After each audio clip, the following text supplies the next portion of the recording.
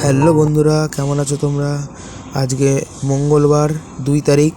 আমি যাচ্ছি Eden garden. তার জন্য সকাল সকাল বেরিয়ে নৈহাটি শিয়ালদা লোকালে করে আমার গন্তব্য দমদম।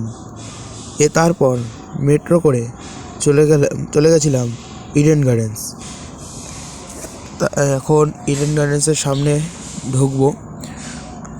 আমাদের এন্ট্রি কিন্তু 3 নম্বর গেট দিয়ে। এটা শায়দ মুস্তাক আলী ট্রফি হচ্ছে, যার জন্য টিকিট কিন্তু এখন ফ্রি, আর 3 নম্বর গেট দিয়ে এন্ট্রি হতে হয়। স্টেডিয়ামে প্রবেশ করে বৈভব সূর্যবংশীর খেলা আমরা উপভোগ করলাম। ম্যাচটি ছিল বিহার এবং মহারাষ্ট্রের মধ্যে। বিহার প্রথম ব্যাটিং করছিল এবং 69 রান 2 উইকেট ছিল 10 ওভার শেষে। বিহারের হয়ে একাই লড়ে যাচ্ছিল বৈভব সূর্যবংশী এবং আমরা সূর্যবংশীর অসাধারণ সমস্ত ব্যাটিং দৃশ্য এনজয় করলাম। স্টেডিয়ামের চারিদিকটা তোমাদের দেখাই। আজকে কিন্তু লোকও ভালো হয়েছিল, পুরো ফুল ভিউ দেখাচ্ছি। সমস্ত লোক কিন্তু এখানেই হবে। 8 তারিখ অবধি খেলা হচ্ছে, তোমরা চাইলে দেখে আসতে পারো। এই 3 নম্বর গেট দিয়েই ঢুকতে হবে, আর বিকালেও খেলা থাকে, সকালেও খেলা থাকে। আর এই ইডেন গার্ডেন স্টেডিয়ামটাকে বারবার দেখতে যেন অপরূপ সুন্দর লাগে। তার জন্য চলে এসেছিলাম V1 ব্লকে। এটি কিন্তু বি ব্লকের ওপরের সাইড, যেটায় থেকে স্টেডিয়ামের বাইরে এবং স্টেডিয়ামটাকে ফুল ভিউ একদম খুব সুন্দরভাবে দেখা যায়। এখানের ভিউ পয়েন্টও কিন্তু দারুণ। এখান থেকে দেখো পুরো বাইরে যা মানে ইডেন গার্ডেন সাইডে যা আছে সব প্রায় দেখা যাবে। দারুণ জায়গা ছিল। এরপর মাঠে ঢুকে আবার নিচে নেমে দেখি বৈভব সূর্যবংশীর অসাধারণ একটা সেঞ্চুরি।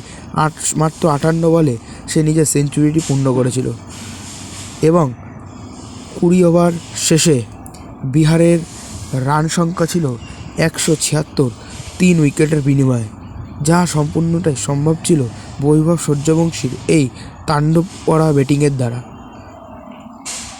বিহারের ইনিংস শেষ হয় 176-এ এবং মহারাষ্ট্রের হয়ে টার্গেট দ্বারা 177 করতে নেমেই মহারাষ্ট্র যেন নিজের ছন্দ হারিয়ে ফেলে। তারা প্রথম উইকেট হারিয়ে ফেলে এবং তারপরে যেন ম্যাচের হাল ধরে পৃথ্বী শ। তার ঝোড়ো ব্যাটিংয়ে পৃথ্বী শ নিজের 50 পূর্ণ করে এবং মহারাষ্ট্রকে তার লক্ষ্য ছুঁতে তাকে সাহায্য করে। মহারাষ্ট্রের ব্যাটিং হচ্ছে, কিন্তু আমরা নিজেদের খাওয়ার জন্য চলে আসলাম মোহনবাগান ক্যান্টিনে, যেখানে এসে আমরা চিকেন স্টু এবং ব্রেড নিয়েছিলাম, যার দাম ছিল 80 টাকা এবং 2 পিস ব্রেডের দাম ছিল 10 টাকা। এরপরে ভেজিটেবিল চপ নিলাম 20 টাকা।